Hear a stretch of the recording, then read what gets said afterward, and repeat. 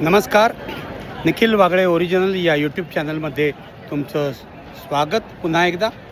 मी निखिल वागळे, हे तुम्हाला माहितीच आहे. आत्ता मी या क्षणाला 4 वाजत आलेले आहेत आणि मी जंतर मंतरवर आहे, जिथे सकाळपासून अक्षरशः लाखो तरुण आलेले होते. आता शेवटचा अध्याय चाललेला आहे, मी तुम्हाला दाखवतो काय आहे. जरा बघा, इथे अभिजित दिपके आणि भीम आर्मीचे चंद्रशेखर आझाद हे स्टेजवर आहेत. पोलिसांनी माईक काढून घेतलेले आहेत. पोलिसांनी इथे आता लाठीचार्ज करायचा प्रयत्न केला. 2 वेळा आणखीन लाठीचार्ज केला पोलिसांनी वेगवेगळ्या ठिकाणी. अनेक मुली जखमी झालेल्या आहेत, हे लक्षात घ्या.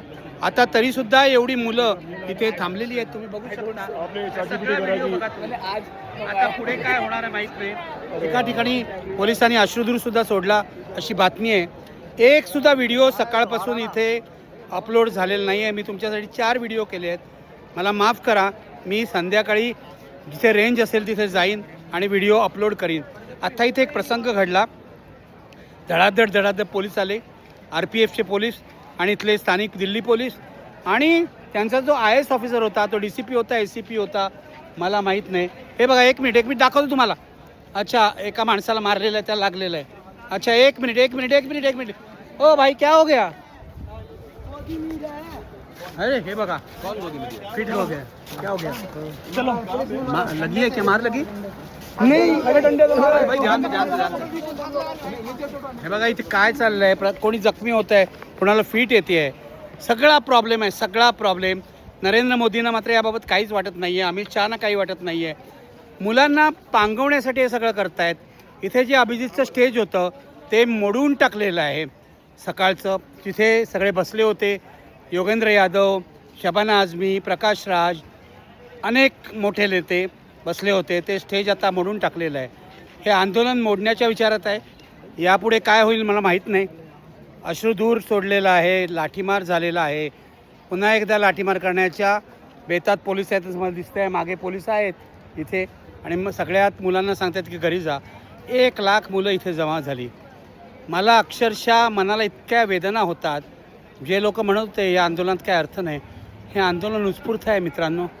इथे लाख मुलं जमा होणं या दिल्लीच्या रस्त्यांवरील सोपी गोष्ट नाही आहे. माझ्या आयुष्यात तरुणांचं एवढं मोठं आंदोलन मी बघितलेलं नाही. आणि हे जेन झी आहे, लक्षात घ्या. मुलींची संख्या मोठी आहे इथे आलेल्या. काय करू मी आता? हा छोटासा व्हिडिओ बनवतो आहे, पण सकाळपासून एकही व्हिडिओ मी म्हटलं तसं अपलोड झालेलं नाही आहे. मी संध्याकाळी महाराष्ट्र सदनमध्ये जाईन, तेव्हा व्हिडिओ करीन, सविस्तर करीन. सर्व तुम्हाला सांगीन. मीडिया कसा वागला, पोलीस कसे वागले, आणि लोक कोण होते, तरुण कोण होते. टाळ्यांचा कडकडाट अजूनही होतो आहे.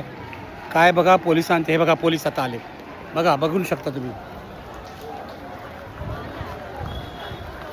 बघा, एवढं कशासाठी येत आहे मला कळत नाही आहे. RPF बघा, पोलीस येत आहेत.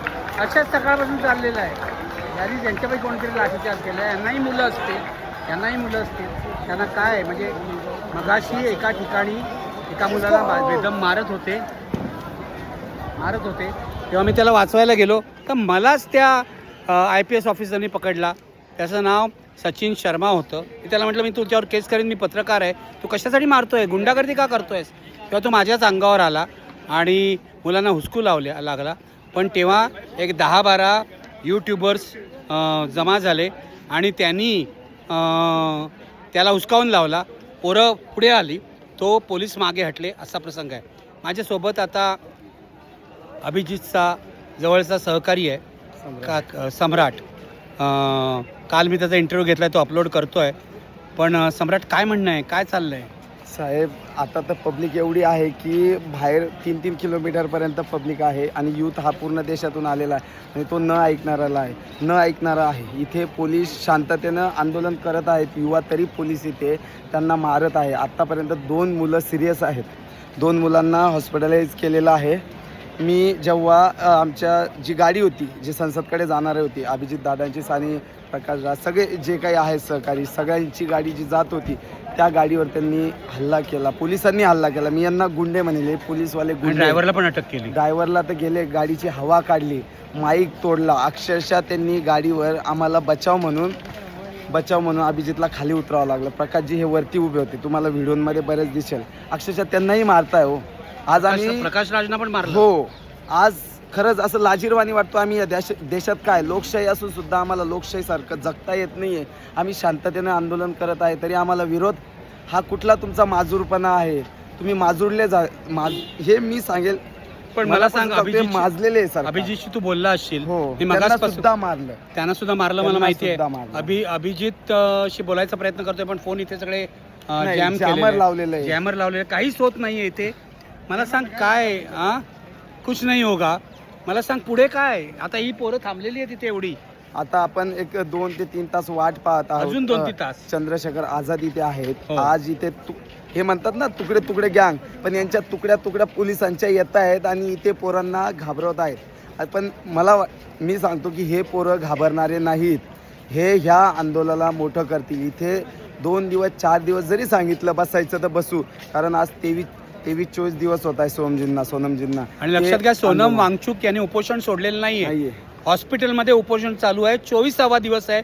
आणि अभिजित काय त्याचा आता मनस्थिती काय आहे? त्याला मारलंय आता आजच. हो, आज त्याला सुद्धा मारलंय, सगळ्यांना मारलेलं आहे. आज तिथे तुलाही मारलं? मलाही मारलेलं आहे. मला त्या दिवशीही मारलेलं आहे. आज मी तुम्हाला माझ्या पायांना, मी पॅन नाही दाखवू शकत, पण मला सुद्धा खूप मारलेलं आहे. तरी मी प्रकाशजींना, जेव्हा सगळे होते, प्रकाशजी हे हल्लेले नाही. वरून पोलिस आले, ज्याचे नावाला नाव सुद्धा नव्हतं, त्यांचं नेम प्लेट सुद्धा नव्हती. काही पोलीस त्यांनी अक्षरशः सँडल घातलेली, असे सुद्धा पोलिस येत आहे. मग हा काय म्हणायचं? काय या सरकारकडे पोलिसांना पैसे नाही आहेत का बुटं घेण्यासाठी, काही नेम प्लेट लावण्यासाठी? का मग हे डुप्लिकेट पोलिस यांनी पाठवलेले होते? हे एक विचार करण्याची गोष्ट आहे. म्हणजे अक्षरशः पोलिसांनी गुंड पण पाठवले. हां, पोलीसच्या वर्दीमध्ये ज्यांना नेम प्लेट नाही, ज्यांनी पायामध्ये चप्पल आहे, बूट नाही, असे लोक तुम्ही पाठवताय आणि ते अभिजितला अरेस्ट करायचा प्रयत्न करतात. हा प्रकार काय? एक तर ह्या सरकारकडे पैसे नाहीत, एक तर यांनी गुंडे पाठवलेले. हे पोलीसच्या भेषात यांनी त्या दिवशीही यांनी डॉक्टर म्हणून सोनमजींना उचलण्यासाठी डॉक्टर म्हणून यांनी गुंडेच पाठवलेले होते. आणि आजही तेच झालेलं आहे. बऱ्याच जर बघितलं व्हिडिओमध्ये तर हे गुंड होते, ज्यांच्या अनेक पोलिसांच्या, 1-2 नव्हे तर अनेक पोलिसांच्या नावाची प्लेटच गायब होती, कुणाला स्टार नाही. मग हे काय समजायचं? खरंच ही चिंताजनक गोष्ट आहे आणि देशातल्या तरुणांनी हा विचार केला पाहिजे की आपण कुठे जात आहोत आणि येणारं भविष्य आपलं काय. तर कुठेतरी देशातलं बरोबर तरुण आहे हे भरकटलं जात आहे. मला एक सांगायला पाहिजे की इथली सगळी स्टॉल्स आणि हॉटेल आहेत ती बंद केली आहेत. पाणी मिळू नये या निदर्शकांना, काही खायला मिळू अक्षरशः अभिजित दादा, आम्ही तिथे गाडीवर आहोत. मी आता जस्ट उतरलो, पाण्याचा थेंबही नाही. एवढंसं पाणी पिलेलो आहोत आम्ही, एवढंसं बाटलीतलं पाणी सुद्धा येऊ देत नाही. बाहेरून पाणी येतंय. आज जर बघितलं तर पूर्ण दिल्ली एक शब्द दिला ना, एक शब्द अभिजित दादाने की चला जे नेपाळसारखं होईल, परंतु आम्ही संविधानाच्या शांतपणा 1 लाख लोक शांततेत होते. मोदींची किंमत कळायला पाहिजे. 1 लाख लोक इथे गांधीजींच्या मार्गाने आणि डॉक्टर बाबासाहेबांच्या विचारांनी चालतोय. ज्या दिवशी या तरुणांचा संयम तुटेल ना, तर इथे नेपाळपेक्षा भयानक परिस्थिती होईल. हे या सरकारने जाणलं पाहिजे असं तरी मला वाटतं. आणि त्यांनी ह्या तरुणांचा संयमाची परीक्षा नाही घ्यावी हे मला वाटतं. आणि एका शिल्लक कार्य, मला तरी वाटतं मोदीजींना हे जास्त मोठी गोष्ट नाही. तुम्ही धर्मेंद्र प्रधानांचा राजीनामा घेऊ शकत नाही. एक तर तुमच्याकडे ताकद नाही आहे, तेवढी तुमच्या हातात पॉवर नाही आहे. एक तर तुम्ही घाबरताय. जर धर्मेंद्र प्रधानांचा राजीनामा घेतला तर तुम्हाला अनेकांचा राजीनामा घ्यावा लागेल, म्हणजे तुमची सरकार ढसळेल असं त्यांना भेव आहे. तू पण थकलायस खूप. मी थकलोय, सकाळपासून काहीच नाही. अक्षरशः तुम्हाला सांगेल, पाणी नाही, ग्लुकोजची ही बॉटल, ग्लुकोजची जी पुडी आहे, पावडर, ही पुडी हातावर घेऊन मी पितोय. कुठेतरी एनर्जी. आता मी बघू म्हटलं पाणी शोधू, कारण की 2 तास आम्हाला अजून वाट पाहिजे की काय तिथं पाणी कुठे मिळणार तुला. पण बघू, आता पोलिसांनी सगळं बंद केलंय. शोधतोय ना, शोधल्याशिवाय काही पर्याय नाही. आता बघतो. तर असा प्रकार आहे कुठेतरी भयंकर आहे मित्र. बघा, हे भयंकर आहे.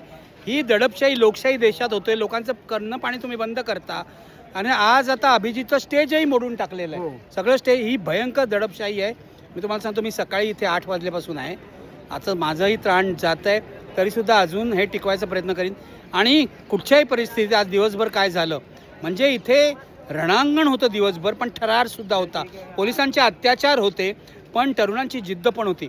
मी रात्री उशिरा जिथे मला मिळेल वायफाय किंवा जिथून मला रेंज मिळेल तिथून तुम्हाला पुन्हा एकदा भेटायला येईन आणि हे दिवसभराचे सगळे व्हिडिओ मग अपलोड करीन. तोपर्यंत जिंदाबाद. जिंदाबाद.